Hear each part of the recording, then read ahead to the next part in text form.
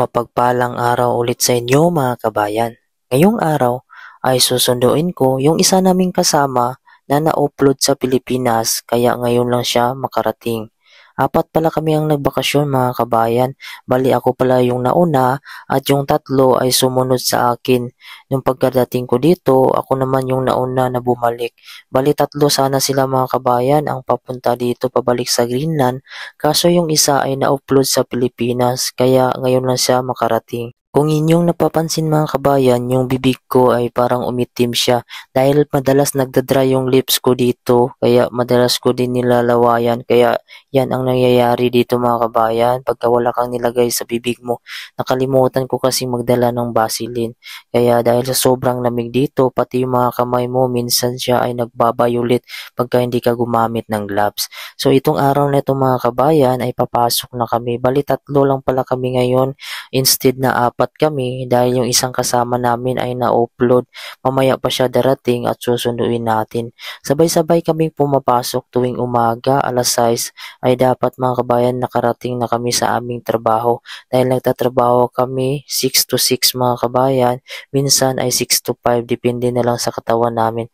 Pagkaya namin hanggang kailan kami magtrabaho. So ito na nga ay hinatid muna namin itong kasama namin. Bali dalawa-dalawa pala kami sa isang project. Dito dalawang Pilipino at dun sa kabilang project dalawa naman kami.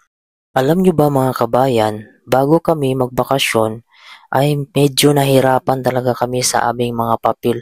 Alam nyo ba kung bakit? Kami ay nanggaling sa Saudi Arabia at kung saan kami nagtatrabaho, nag-cross country kami papunta dito sa Greenland. Ang kagandahan kasi sa cross country ay wala ka nang babayaran na placement fee na kung ano-ano pa. Ang importante ay maka-exit ka lang sa lugar na kung saan ka nagtatrabaho at makakuha ka ng working permit dito. Hindi kagaya sa Pilipinas mga kabayan na minsan ay dadaan ka pa sa butas ng karayom o sa mga agency at magbayad ka ng placement fee bago ka makapunta dito sa Greenland. Kaya nung pumunta kami dito sa Greenland, yung papel namin ay sa Saudi Arabia pa rin ang nakarecord sa amin. Kaya kailangan naming mag-verify ng mga kontrata, patunay na legal o legit yung tinatrabahoan namin dito. Kaso wala kaming ideya dati kung paano nga ba mag-verify ng contract. Mga isang taon din mahigit mga kabayan bago kami nakapag-verify dahil nga nagsaliksi kami dito at nagtanong-tanong. May mga Pilipino na tumulong sa atin na hindi tayo nagbayad. May iba naman mga kabayan na gusto magbayad at humingi ng bayad para ma-verify kami. Kaya yun ang isa sa dahilan nag-aalangan kami mga kabayan dahil sa sobrang laki na hinihingi sa amin. Pero nakapag-search kami ng mga kabayan at nakatanong sa ibang kababayan natin at kusa naman nilang binigay kung paano makapag-verify. Dahil sa Pilipinas, hindi ka pwedeng umuwi mga kabayan. Pwede kang umuwi. Problema, hindi ka makabalik pag wala kang OEC. Kaya kung kailangan mong may OEC ay dapat verified yung contract mo na legit mga kabayan. Dahil pag nag-transfer job site ka mga kabayan o lugar, ay kailangan mong mag-verify ng panibagong contract. Kaya pag hindi mo alam mga kabayan, ay medyo mahirapan ka at kailangan mong dumaan sa mga agency at magbayad ka. Itong time na to mga kabayan ay nag-overtime pala kami ng kasama ko dahil nga inutusan kami ng boss dito na gawin daw namin itong maglalagay kami ng insulation sa mga butas mga kabayan para hindi daw dadaanan ng sunog. Ito ay hindi namin trabaho ito pero tinanggap namin dahil nga overtime ito mga kabayan at gusto namin ngayon medyo malaki yung oras namin dahil kararating lang namin ng bakasyon at wala kami talagang pera mga kabayan. Meron kaming pera pero pang allowance lang. Lalo na ako mga kabayan, kailangan ko talaga ngayon ang mataas na oras dahil yung asawa ko ay nasa ospital at nakahiram tayo sa kababayan natin dito at pambayad natin sa utang mga kabayan. So ito na nga, ipapunta na tayo mga kabayan sa airport para sunduin yung kasama natin. Kaso hindi ako muna tumuloy at kiniskis ko muna itong snow mga kabayan na tumigas dahil dito minsan pag malakas yung hangin mga kabayan, medyo malamig siya at yung snow na pumapatak mga kabayan sa windshield ay mabilis siyang tumigas at kailangan mong kuskusin dahil pag nakaharang ito ay istorbo siya sa aking tinitingnan dito sa windshield. At ito na nga ay papunta na tayo dito mga kabayan sa airport kung saan susunduin natin yung kasama natin. So bakit nga ba na-upload si kabayan o yung kasama namin? Itong kasama namin ay medyo may edad na siya. Hindi siya mahilig sa mga internet mga kabayan o online sa mga source. So kailangan mo talaga siyang i-remind kung anong gagawin. I-guide mo siya. Ang naging problema pala ni kabayan natin kung bakit siya na-upload sa Pilipinas ay nang dahil lang sa e-travel registration. Si kabayan ay mayroon na siyang e-travel registration nung pag-alis niya dito sa Greenland pauwi ng Pilipinas dahil may dalawang klase mga kabayan ang e-registration, yung tinatawag nilang arrival at ang departure. Yung si kabayan natin nakaregister siya sa arrival kasi nga uuwi siya ng Pilipinas pero hindi niya pala alam na kailangan mo pang magpa-registered ulit bago ka aalis na naman ng Pilipinas o yung tinatawag nila na e-departure.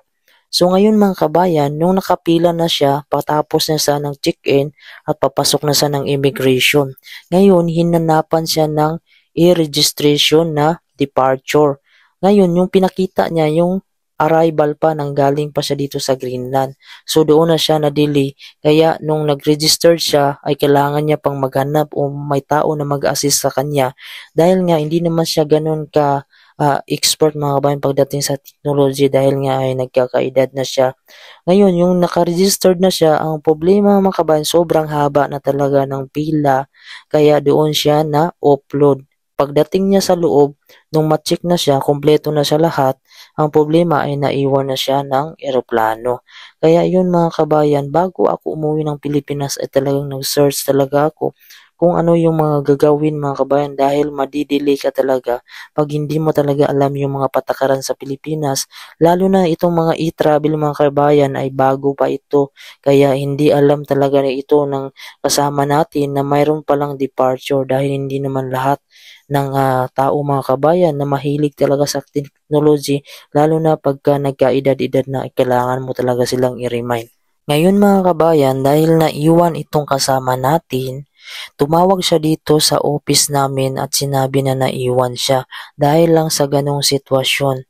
Tapos, nirevoke yung ticket niya. Ang problema, siya ang magbabayad doon sa ticket mga kabayan. Siguro, aabot na sa 125,000 yung babayaran niya sa ticket dahil nga hindi naman kasalanan ng company yun, kundi kasalanan niya daw dahil nga hindi siya nakaalis doon sa Pilipinas. Okay lang mga kabayan sa sitwasyon ko dahil nakalipad ako galing sa Pilipinas. Dito lang ako nagkaproblema sa Turkey kaya ang nagbayad yung company ko.